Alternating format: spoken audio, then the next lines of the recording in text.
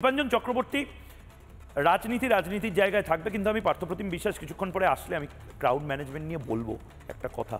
এটা ভারতবর্ষে আমি জানি না আর কতগুলো স্ট্যাম্পেড বা পদপিষ্ট হওয়ার পরে ভারতবর্ষ বা রাজ্যগুলো নড়েচড়ে বসে একটা প্রোটোকল অন্তত তৈরি করবে ক্রাউড ম্যানেজমেন্টের।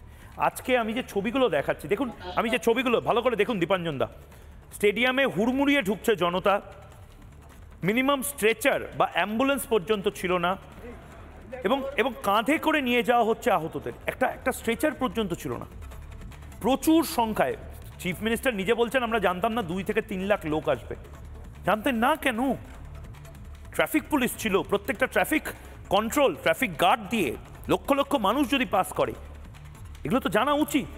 মানে এই অপদার্থতা নেতাদের কিছু, এবার কিছু বেশ বোদ্ধা টাইপের নেতা, তারা এসে বলবে যে আরসিবি ফ্যানদের সমস্ত দোষ, ভক্তদের সমস্ত দোষ, ফ্যানেদের সমস্ত দোষ, আর নেতাদের কোনো দোষ নেই। দীপাঞ্জন চক্রবর্তী একটা খুব জনপ্রিয় গানের লাইন আছে না, কতটা পথ পেরোলে পথিক হওয়া যায়, কতটা নির্লজ্জ হলে এরকম রাজনৈতিক নেতা বা মুখ্যমন্ত্রী হওয়া যায়, সেটাই আমাদের এখন ভাবতে হবে। আমি তোমার মূল প্রশ্নে আসছি, টেকনিক্যাল। আমি ছোট্ট দুটো কথা বলে দিই। মণিশঙ্কর বাবু বলছিলেন যে আইপিএল বন্ধ করে দেওয়া উচিত, খুব ভালো, কিন্তু তারপর ওনার চাকরিটা থাকবে তো? কারণ বাংলার মুখ্যমন্ত্রী কিন্তু শাহরুখ খানকে সাদরে সোনার চেন দিয়ে গৌতম গম্ভীরের টিমকে উপহার দিয়েছেন এবং সেলিব্রেশনে ছিলেন। 1, 2 নম্বর, চায় ওটা কুম্ভ মেলা হোক, চায় এখানে হোক, সবগুলো দুর্ভাগ্যজনক। কুম্ভ মেলা 40 কোটি মানুষের সমারোহে, সেখানে যদি হয়ে থাকে একজনের মৃত্যু হয়, দুর্ভাগ্যজনক। এখানে যদি 35,000 হোক বা 2 লক্ষ লোক, সেখানে 13 জন মারা গেলে দুর্ভাগ্যজনক। কিন্তু কারা বলছে, প্রশ্ন তুলছে, পশ্চিমবঙ্গের আসানসোলে 2-2.5 মানুষের কম্বল বিতরণেও কিন্তু স্ট্যাম্পেড হয়ে মানুষ মারা গেছে। সমস্যাটা কোথায় হয় ময়ূর? কোন রকম রিস্ক অ্যানালিসিস ছিল না, বলতে কোনো অসুবিধা নেই, টেকনিক্যাল। 12 ঘন্টা সেলিব্রেশন, 12 ঘন্টার মধ্যে হচ্ছে, পুলিশের কোনো প্রস্তুতি ছিল না।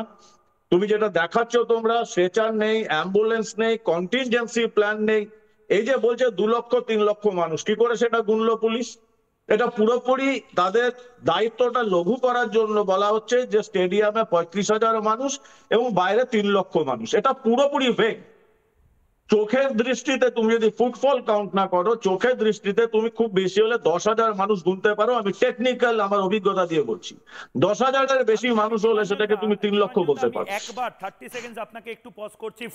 নানা ধরনের কন্টেন্ট দেখার জন্য লাইক করুন, শেয়ার করুন আমাদের ফেসবুক পেজ, সাবস্ক্রাইব করুন আমাদের ইউটিউব চ্যানেল। পাশাপাশি অন্যান্য ব্রেকিং নিউজের জন্য অবশ্যই চোখ রাখুন রিপাবলিক বাংলায়।